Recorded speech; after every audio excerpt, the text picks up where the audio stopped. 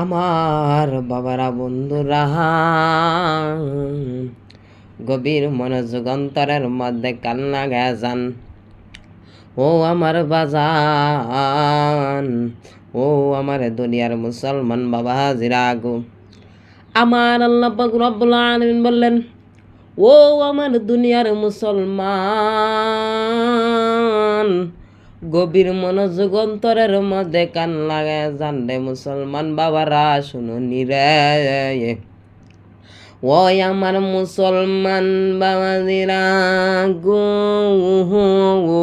আমার আল্লাহ ডাক দিয়া কয় বান্দা রে, আমি আল্লাহ তোদেরকে পাঠাইলাম, আমি আল্লাহ তোদেরকে দুনিয়ার মধ্যে সৃষ্টি করলাম।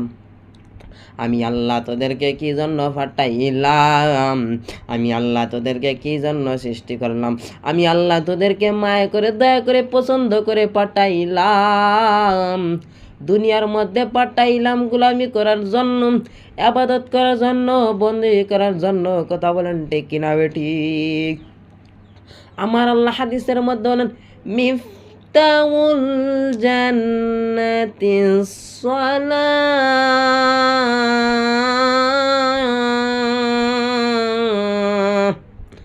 আমার ভাইরা বাবারা বন্ধুরা গভীর মনোযোগ অন্তরের মধ্যে কান লাগায় জাহান।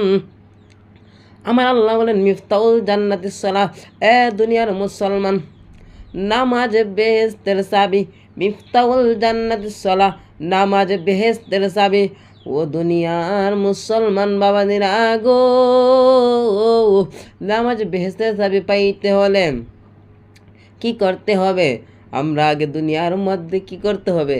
আমরা আগে পাক পবিত্র হতে হবে, তারপরে আমরা নামাজ বেহেশতের চাবি পাইতে হবে।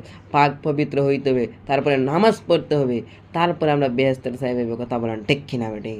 আমার বাবারা বন্ধুরা গভীর মনোযোগ অন্তরের মধ্যে কান্না গেছেন। আমার বাবারা রে, ও আমার বাংলাদেশের মুসলমান বাবাজিরা গো, আমরা তো গুনাহগার বান্দা হইলাম। নামাজের কথা কইলে গো, কত বক্তারা নামাজের কথা কয়। বাংলাদেশের মধ্যে হাজার হাজার আলেম ওলামা আছে, সবাই নামাজের কথা কয়, কিন্তু তো আমরা নামাজের কথা পালন করলে আমার আল্লাহ কোরআনের মধ্যে বইলা দিয়েছেন, হাদিসের মধ্যে বইলা দিয়েছেন নামাজের ঘোষণা করার জন্য, নামাজ পড়ার জন্য নামাজের ঘোষণা আছে। কিন্তু রে বাবারা মুসলমান বাবাজিরা, আরে আমরা তো দুনিয়ার মুসলমান হইলাম, হতভাগা মুসলমান হইলাম। আমরা মুসলমান হইয়া নামের কলঙ্ক লাগাই, আমরা মুসলমান নামের কলঙ্ক